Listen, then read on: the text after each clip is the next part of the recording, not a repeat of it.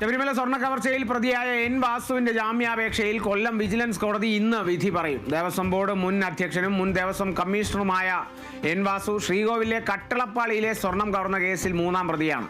പ്രായവും ആരോഗ്യസ്ഥിതിയും കണക്കിലെടുത്ത് ജാമ്യം അനുവദിക്കണമെന്നാണ് ഹർജിയിലെ ആവശ്യം.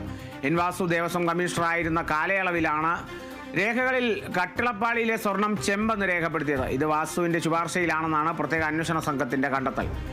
എന്നാൽ വാസു വിരമിച്ച ശേഷമാണ് പ്രായോജകൻ ഉണ്ണികൃഷ്ണൻ പൊറ്റിക്ക് പാളികൾ കൈമാറിയതെന്നും മുരാരി ബാബു നൽകിയ കത്ത് ദേവസ്വം ബോർഡിന് കൈമാറുക മാത്രമാണ് ചെയ്തതെന്നുമാണ് ജാമ്യാപേക്ഷയിൽ പറയുന്നത്. ഈ പരാമർശങ്ങളൊക്കെ തന്നെ പരിഗണിച്ചുകൊണ്ട് ഒരു ജാമ്യത്തിലേക്ക് എത്തുമോ എന്നുള്ളത് കണ്ടറിയേണ്ടിയിരിക്കുന്നു. കൊല്ലം വിജിലൻസ് കോടതിയാണ് ഇന്നിപ്പോൾ ഇതിനെ സംബന്ധിച്ച് ഈ ജാമ്യാപേക്ഷ പരിഗണിച്ച വിധി പറയുക.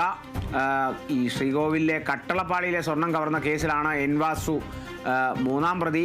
ഈ ജാമ്യത്തിൽ അല്ലെങ്കിൽ ജാമ്യാപേക്ഷയിൽ പ്രധാനമായുമുള്ളത് തൻ്റെ പ്രായം, അതായത് എൻ വാസുവിൻ്റെ പ്രായം, എൻ വാസുവിൻ്റെ ആരോഗ്യസ്ഥിതി, ഇതെല്ലാം കണക്കിലെടുത്തൊരു ജാമ്യം അനുവദിക്കണം എന്നുള്ളതാണ് ഹർജിയിലെ ആവശ്യം. ഈ എൻ വാസു ദേവസ്വം കമ്മീഷണർ ആയിരുന്ന കാലയളവിലാണ് ഈ രേഖകളിൽ കട്ടളപ്പാളിയിലെ സ്വർണം ചെമ്പെന്ന് രേഖപ്പെടുത്തിയിരുന്നത്. ആ രേഖപ്പെടുത്തിയത് വാസുവിൻ്റെ ശുപാർശയിലാണെന്നതാണ് ഈ പ്രത്യേക അന്വേഷണ സംഘത്തിൻ്റെ കണ്ടെത്തൽ.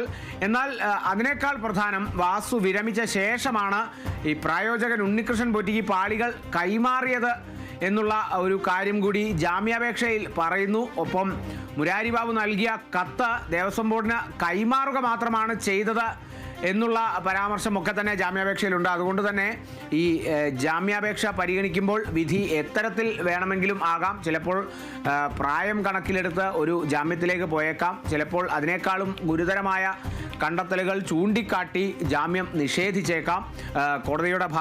കോടതിയാണ് ഇനി പറയേണ്ടത്. അത്രത്തോളം വിവാദമായ ഈ ഒരു സംഭവത്തിൽ എൻ വാസുവിൻ്റെ പങ്ക് അത്രത്തോളം വലുതാണ്. കാരണം ഈ ഒരു സംഭവത്തിൽ അറസ്റ്റിലാകുന്ന ആദ്യ ഉന്നതനാണ്.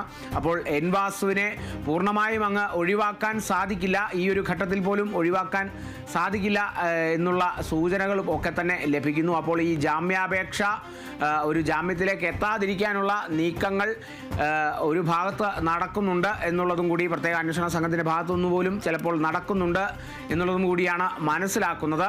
ഈ ജാമ്യാപേക്ഷയിലെ പരാമർശങ്ങൾ എത്രത്തോളം പ്രധാനപ്പെട്ടതാണ് എന്നുള്ളത് ഈ ജാമ്യാപേക്ഷ പരിഗണിച്ച ശേഷം എൻ വാസുവിനെ സംബന്ധിച്ച് അതെങ്ങനെ നിർണായകമാകും എന്നുള്ളതൊക്കെയാണ് കണ്ടറിയേണ്ടത്.